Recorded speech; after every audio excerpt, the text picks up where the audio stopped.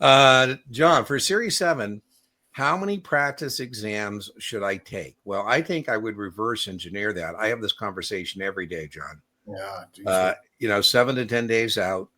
As somebody who's working with you, let's say I'm your corporate trainer, or we're tutoring, whatever we're doing. I say, okay, John, 7, 10 days out, how many marks are we going to get? How many practice tests are we going to do?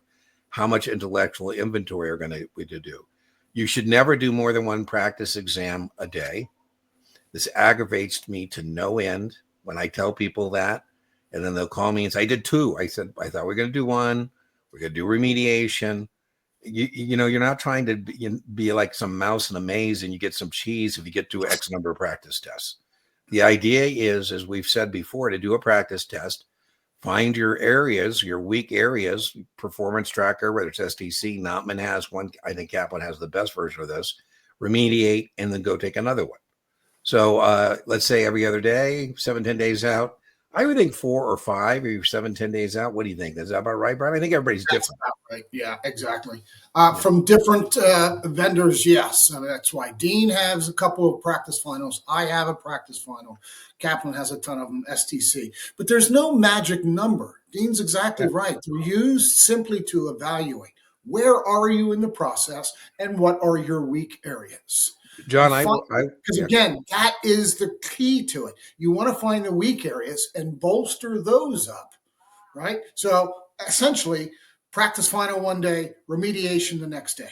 Practice final the next day, remediation the next day. You do that 10 days out, there you go. 3 to 5, 4 to 6. Yeah, there's some people out there that give very bad advice. Yeah. Brian and I both know they're old time branch manager types who say to people, oh, just do a gazillion practice exams.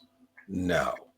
We're trying to do intellectual inventories. Now, I will link John in the video description either tonight or tomorrow. I feel very fortunate that Brian has given permission for me to put his practice test on the channel. You can hit pause, play. Listen, don't call me if you don't like a Brian question. Call Brian, send him an email. Knopman's given me permission to put a couple of theirs up there. STC's given me permission.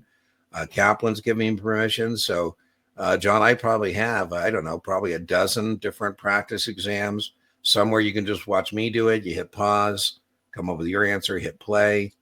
You can watch me and a student do it together. So lots of practice. That's the same for all the series, by the way. I know every series I have a playlist of just practice tests from different vendors. Now, be careful because you don't want to get so many voices in your head that you start, getting clouded about things.